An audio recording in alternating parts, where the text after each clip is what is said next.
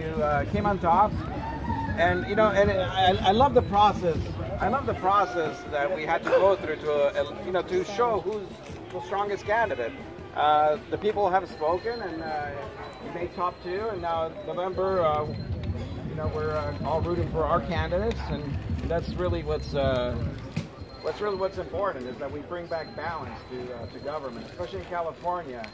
As Mayor Scotto is going to tell us in a couple of seconds here, is that.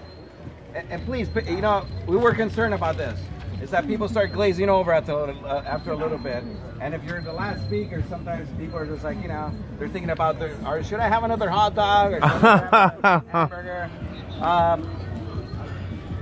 Scotto is probably, by all means, one of the most informed individuals, especially when it comes to state politics. He's done his research. You know, I'm plugging you because, quite honestly, I don't think I'd be on city council without his endorsement, and I really appreciate his support, and I'm supporting Frank Scotto. Frank Scotto, to me, has what it takes to bring back balance, but not only that, he's a tough son of a bitch, okay? I've had to deal with him in the past, okay? We've gone head-to-head in the past, and so I have great respect for this individual, both from a business level and also from an individual level. I'm just glad you're on our side. I'm just glad you're on our side. He's going to need the money, he's going to need the push, but we do need to bring back balance in California. It's scary out there, so Mayor Frank Scotto. Yay! Well, thanks for all of you to be here today. I really appreciate it. Of course, it's beautiful weather, and Wilson Park's a beautiful place. And one little thing, Aurelio, when you said some of us hide and so forth, I've never done that in my life, ever. Some of us ever. So, guys, I really believe we have a chance in November to make a change in California. Now, let me give you the lay of the land. You know, I'm sure all of you realize that California, if I was here a year ago talking about this, you'd all laugh at me, I know that. But if I was telling you they were going to pass gas tax, they were going to talk about sanctuary cities, if they were going to do cap and trade, you'd laugh at me, because none of those things are believable. And it just goes on and on and on. Now, I know all of you know this, but here we are a year later, and the reason they were able to do that, because they had the supermajority. That's 2/3 of the vote up there. And if they have the supermajority going forward with potentially the governor who might get elected, I'm telling you, a year from now, when I'm talking to you again, you're not going to believe that you'll let this slide. So we have an opportunity here to take back some control. Now, all I'm talking about is breaking the supermajority. I'm not talking about taking back the majority. So we've got to take one step at a time. But the fact that they have 2/3 of the vote up there, for all of us, is very concerning, because they can pass anything without your vote. That's the key. Gas tax, they passed that because they did that. They had 2/3 majority. They can do that. And you're going to have the opportunity in November to vote for Prop 6. You got to vote yes on Prop 6, not no. Vote yes on Prop 6. That repeals the gas tax. Okay, it's a opposite vote. Vote yes. I'd love to do that to you. Our headquarters at Lomita and Hawthorne is the headquarters for the Prop 6 repeal. So I need you to go there, pick your lawn signs. We have them there for Prop 6, and pick up one for me also. Obviously, I appreciate that. But having said that, if you were there in my office today, right now, you'd be so impressed at how many people are there working right this very moment. There's got to be 30 to 40 people in there right now making phone calls, walking precincts. It's pretty impressive. Talk about a campaign. It's really a strong campaign. But having said that, I need your help. I need every single one of you here to help, because this race will be very, very close. Matter of fact, I think the night of the election, we're probably going to not know who won. It'll be that close. We'll have to wait for the provisionals and so forth to get counted.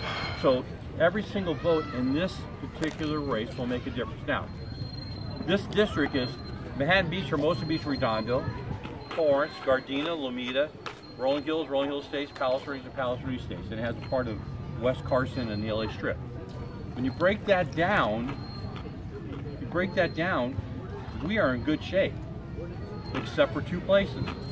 Gardena and North Redondo. We win everything else.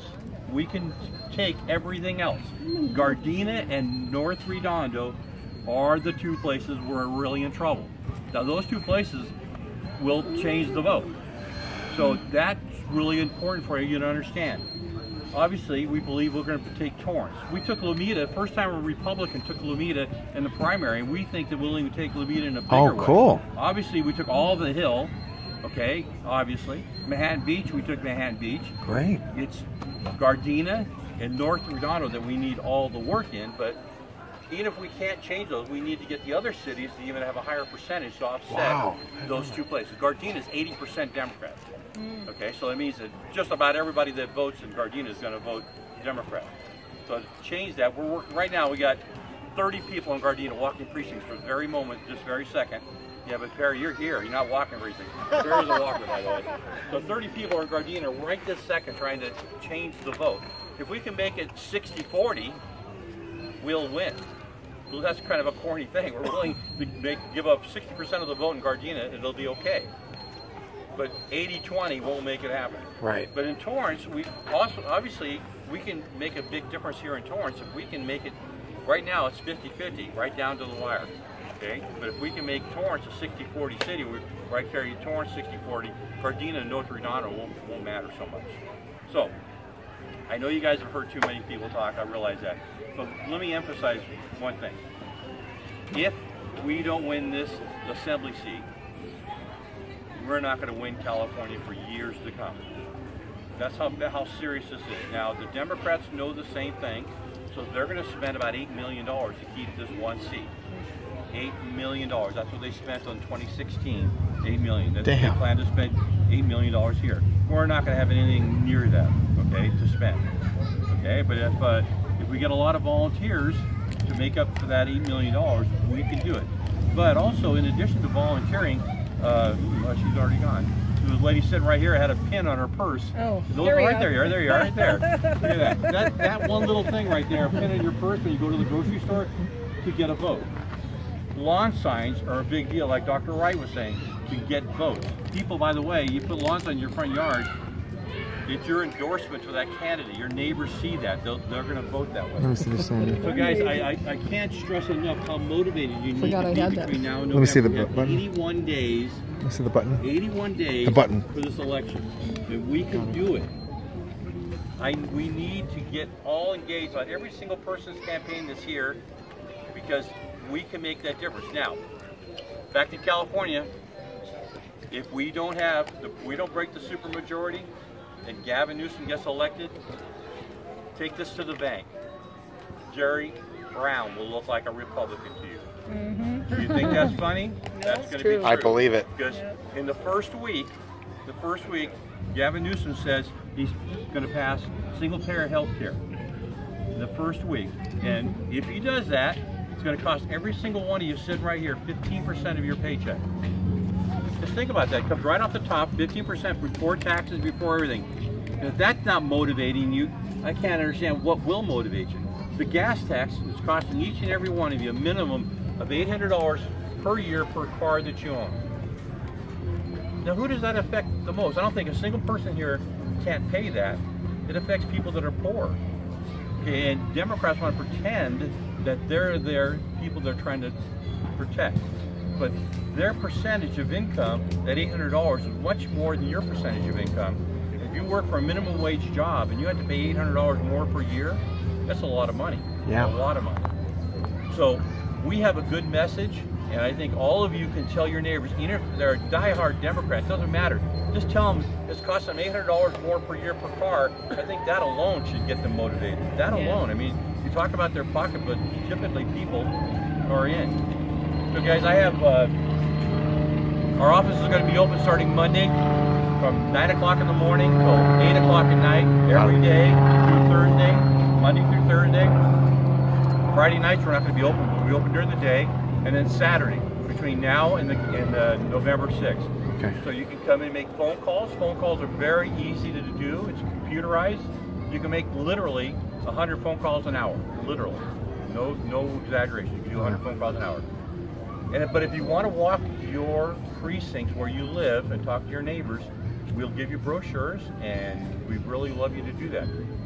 Guys, we need to get motivated. I know we all have fun coming to meetings and talking. We have so many groups in the South Bay that want to get together and meet. But we got to get engaged. We just can't come to meetings and sit back and think we're doing something by being here. We got to work. We all got to get engaged. We have to work hard to make this happen. And if we can break the supermajority, I think in the next 3 to 5 years, California will become a red state. I really believe that. Become great again.